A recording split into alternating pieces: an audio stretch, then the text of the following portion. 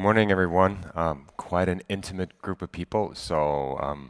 I guess cognitive finance or cognitive tools anyway would help us bridge the distance that we're having.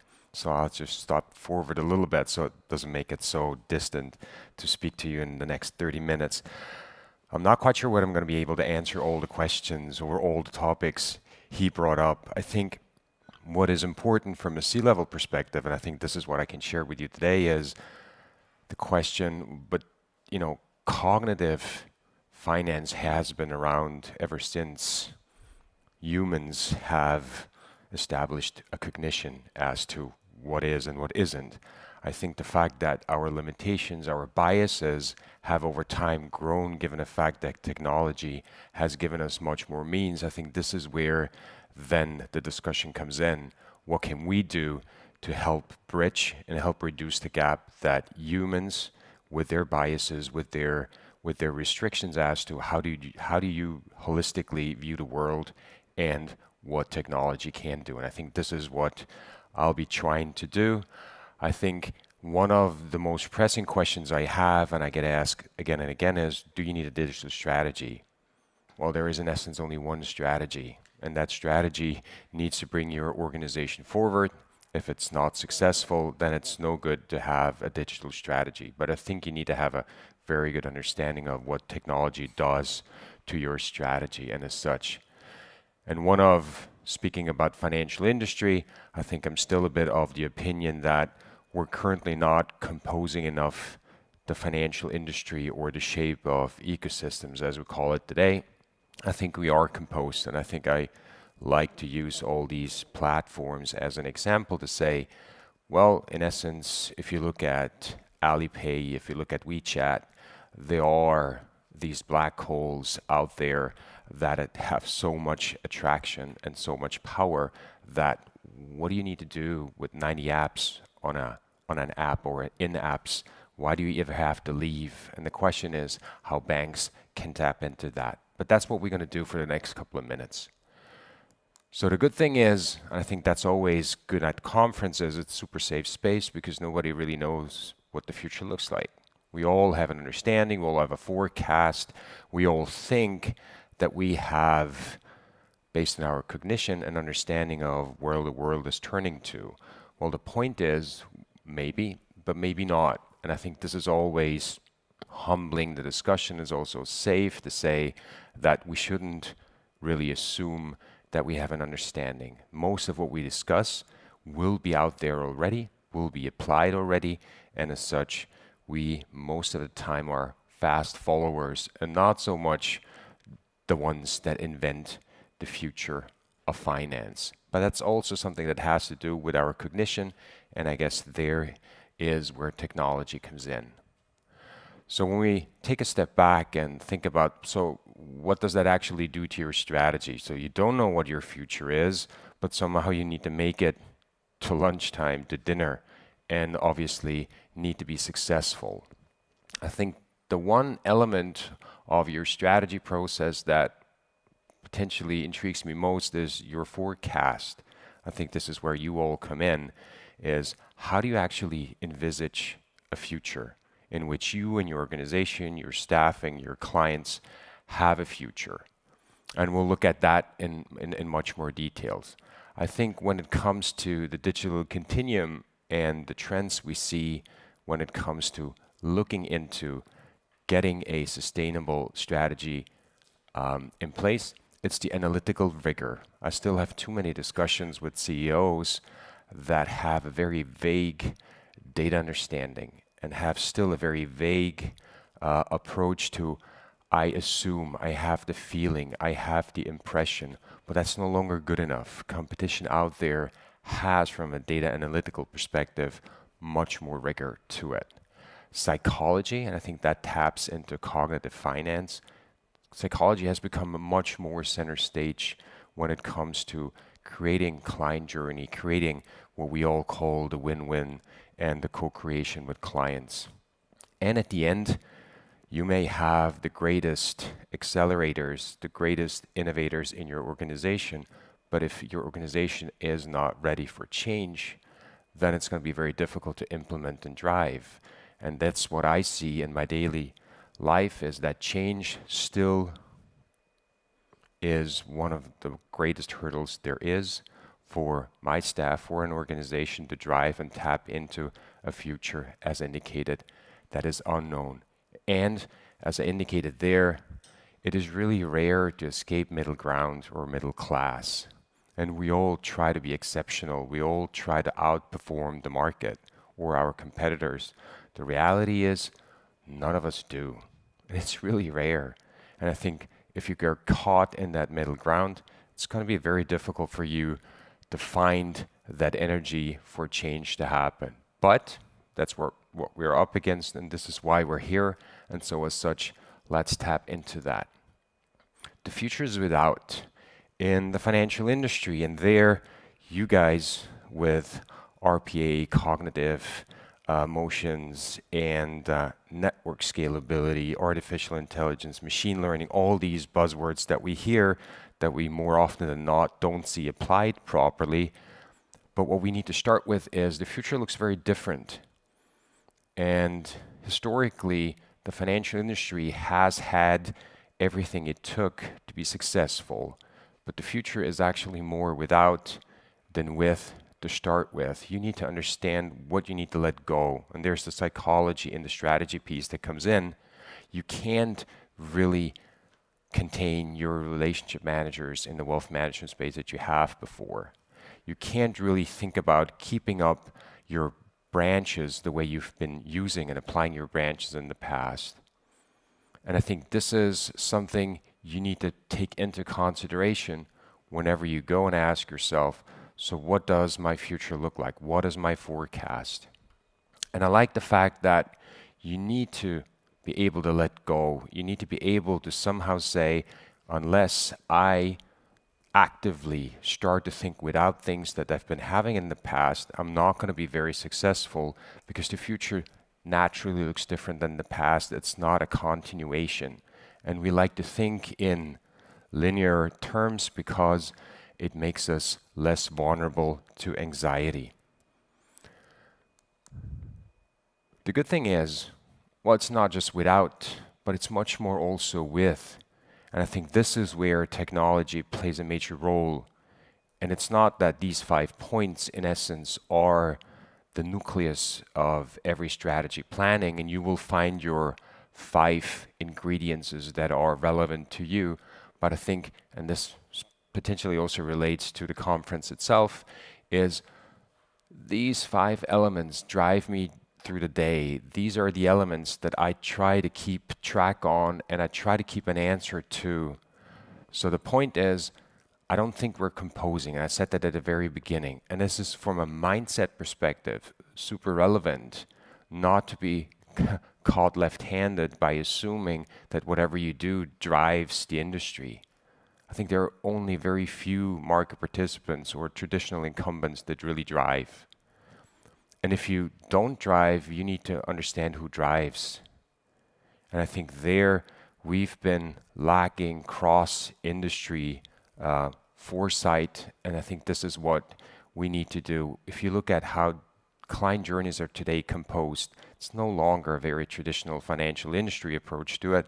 You look much more into the commerce way of doing things.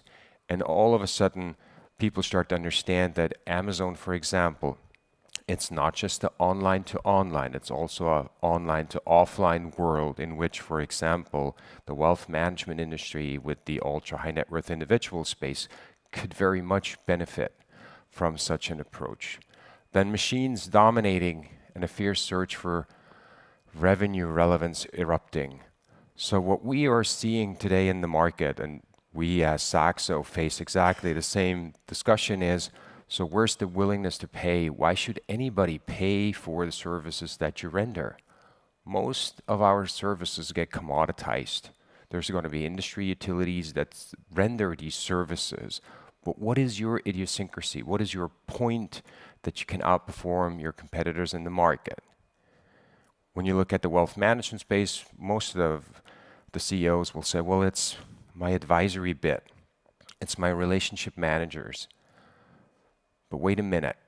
I mean, we're talking about cognitive finance today, and I don't think that humans have really the means to deal with a world, a data, which is growing by the second exponentially. How do you actually position a relationship manager in the wealth management space with a client so that he adds value? Why should anybody pay for your service? Please keep that in mind. This is something that drives us every day to understand why should anybody pay for the services that you render. If you don't have an answer to it, not good.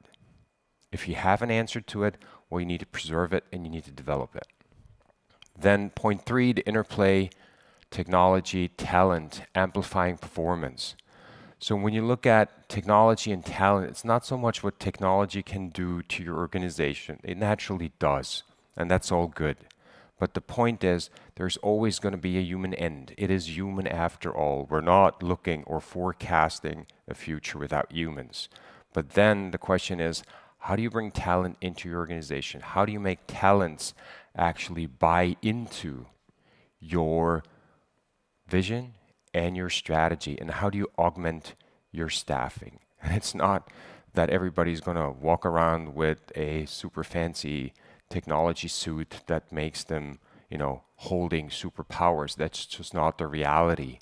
And augmentation is vicious in itself. We've been doing a lot of experiments as to how humans actually deal with augmented environments. And more often than not, they perform really poorly because the data they receive and the time they have to react and amend and include data into their pitch or the discussion with the clients is way too short.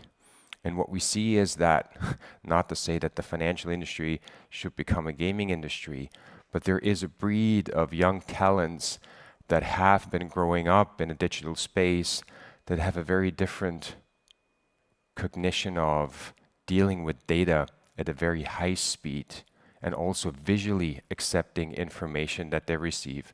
So we'll see a lot of change there as well. And then AI. I think when you look at the financial industry, when have we seen lately a product innovation or a service innovation? Well, we haven't. I mean, it's been quite a while since a new service or product have emerged out of the financial industry. And I think AI has the potential, possibly not today, but tomorrow, to actually change the physics of the financial products in the market. And I think we need to be not only innovative when it comes to organization and client journeys, everybody does that.